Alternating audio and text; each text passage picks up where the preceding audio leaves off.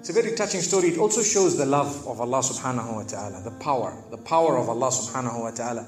Never ever underestimate the power of Allah. You know, there was a sheikh who mentioned this in Saudi Arabia, and there was a doctor that visited him from Pakistan and told him a story that happened to him.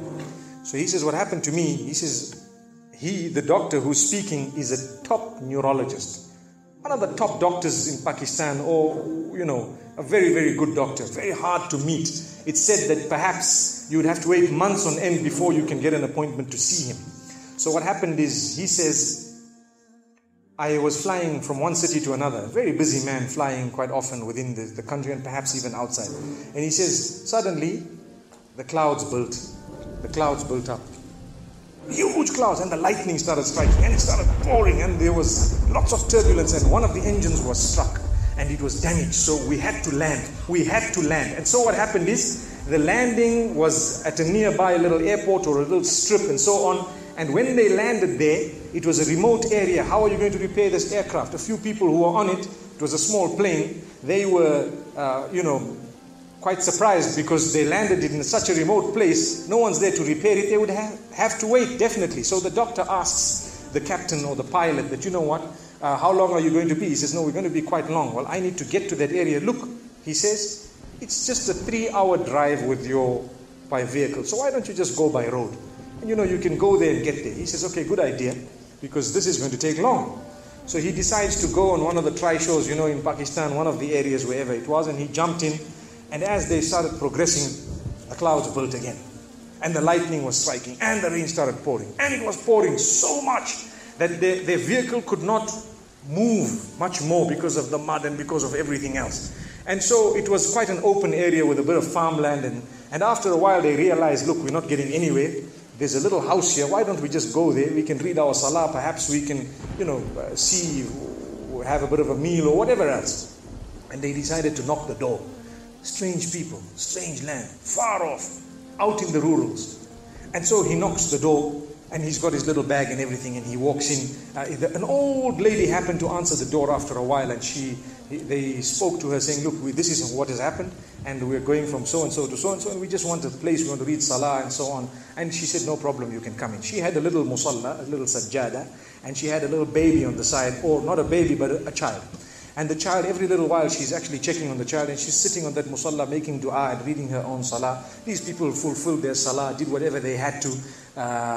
And when they were about to leave, they spoke to the old lady, saying, thank you very much, jazakumullah khair, and so on. And, we're going, what's happening to this child, So the woman says, look, the child is an orphan. And the child is unwell, not well at all, very sick. And we've been to all the doctors around. And subhanallah, I'm the grandmother of this child. The doctors have told us that there is only one specialist around who can help this child. And we tried to make an appointment, but they asked us to come 6 months later. And it's far away. I've been making dua to Allah ever since that day. Ya Allah, make it easy for us. The child is sick. Make it easy for us, Ya Allah. So the man says, what's the name of that specialist? So the granny says, he's Dr. Ishan. Immediately this doctor burst into tears. He burst into tears. Straight away, he burst into tears. Why are you crying? Your dua has just been accepted. For your dua, the thunder came, the lightning came, the engine struck, we came down, we came on the road, the rain came again and stopped us and so on. And do you know what? The rain only stopped after the question was asked. Now it happened. And now the woman starts crying. Subhanallah. And the doctor himself is telling the story, saying, that was me. It happened to me, he says. And he says, I learned that Allah's armies are beyond limits. Allah uses whatever He wants to get what He wants done. It's over. Where in the wildest of the dreams of this person would they have felt or believed that the top man, whom it is semi-impossible to see without big appointments, would actually be driven all the way to the door, knock the door, come in here, read some salah, and they would have to serve the child here. Amazing. Wallahi, it brings tears to the eyes. But the reason I share it with you, every one of us has needs for Allah subhanahu wa ta'ala. Just keep calling. Just have yaqeen. Have conviction. If it is meant, it will definitely come in your direction. You know, we use the term by hook or crook, but I don't want to use that today.